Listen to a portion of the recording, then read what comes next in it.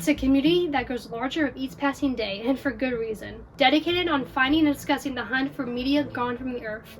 In this show, we talk about everything in media. Doesn't matter how old, new, obscure, or famous it is, everything is free game. This is Pop Cult. In this episode, we're going to take another look into lost media. There are hundreds of good ones out there, but purify that I really like. Listen up, Fat Cat Burglar. I'm giving you one last chance to hand them over before I cash in your coupons for you. What you're looking at here is the poster boy of all lost media. It is also one of the worst, but also the most mysterious movie of all time. With every few years, there seems to be more stuff revealed about it to make it all the more cryptic. To quickly go over its backstory, Food Fight came out in 2012 and featured a star-studded cast such as Charlie Sheen, Ed Eisner, and Christopher Lloyd, just to name a few. However, it was supposed to come out in 2003. Sometime in late 2002, the film's hard drive was stolen. So for the next decade, the entire production crew had to raise money again and start all over. But it was clear at this time that nobody really cared.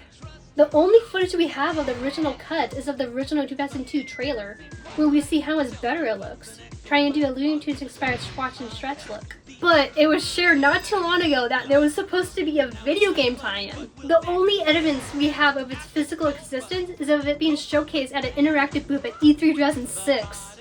And yep, no copy has ever been found. But that didn't stop the other merchandise though.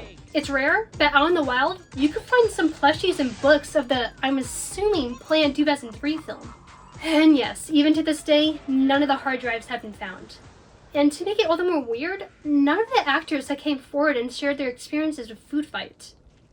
That probably is best for a movie that is clearly expired. Frankly, my dear, I don't give a spam.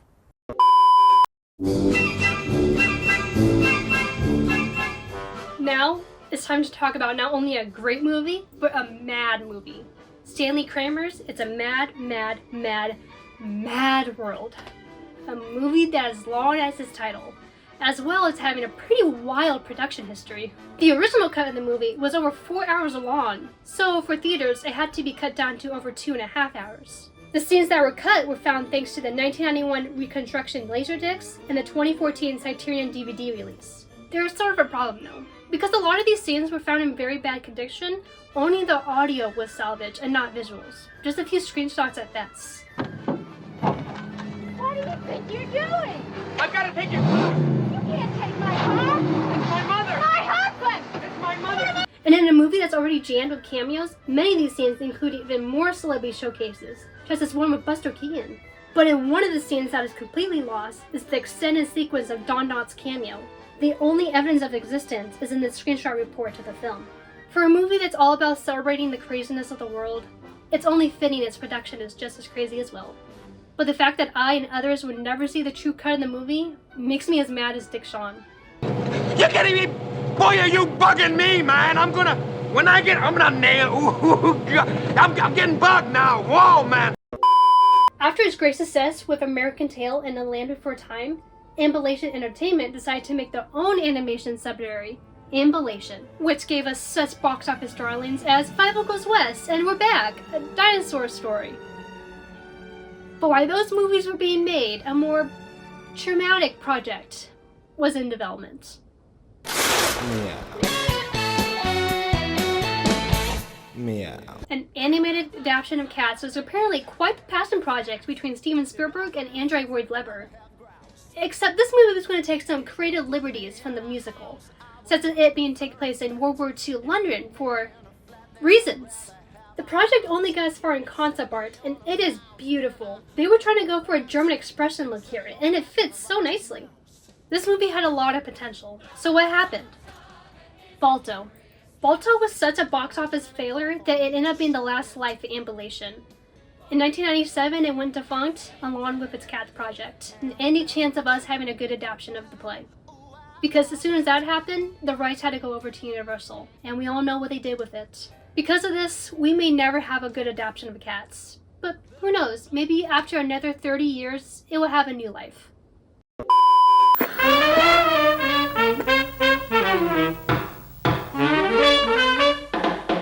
How can a game game series with such a great style and story not have its own movie by now? Well, in 1998, Interplay made their own film division, and by the year 2000, they confirmed that a movie based on Fallout 1 is in development, with Dark Horse Entertainment attached to produce it.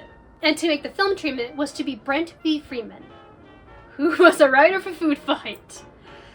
As you could guess by now, this division was disbanded and no movie was ever made. But Freeman's film treatment was eventually put online for all to read. I read it and I think it could have been something real good. It had potential, despite it having some weird stuff in it. With Fallout changing so much since its first game, I'm glad we didn't get this actually. The treatment does feel a little limited by today's standards. Maybe this is why you don't make a video game movie after like 2 games in your franchise. And apparently, doing a TV show adaptation for a game like this does seem to work out better. I'm quite curious about the Amazon show. I'm glad that we're getting this and not the movie.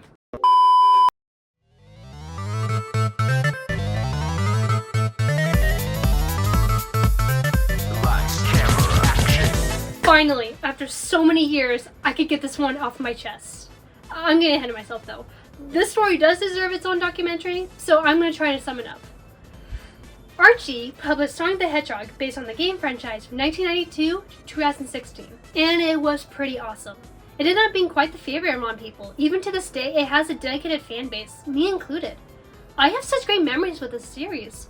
It may sound a little silly, but it has a very special place in my heart. But when this series was running at full speed, they tripped over a rock. That rock being Ken Penders, a writer for the comic from 1993 to 2006, and he contributed quite a lot to the series, making it stand out from other Sonic mediums. But then came 2009. Penders started to file for copyright for every story, character, and artwork he has made for Archie Sonic. As a result, Archie filed a lawsuit against Penders as an attempt to keep those copyrights. This went on in 2013, where the lawsuit ended with Penders gained rights to all of his creations. So what did Archie do? Forced the writers to completely ignore all of his characters and concepts. All 296 of them. As you could probably guess, this had major consequences for the ongoing storyline. Do you maybe see the problem here? Several issues had to be straight up cancelled, and the story arcs at the time had to be heavily edited at the last minute. The few that are known to be edited are issues like 243 to 245. 243 was sure to have rewritten dialogue, and it sure does show. I think even as a kid that looked weird to me. For 244 and 245, it is only known that they have changed covers. After that arc ended, Archie made the writers to find a way to canonically retcon all of Penders' creations via in-universe semi-reboot of a kind. And as a kid who was a hardcore reader of these comics, I was very confused and a little angry by this.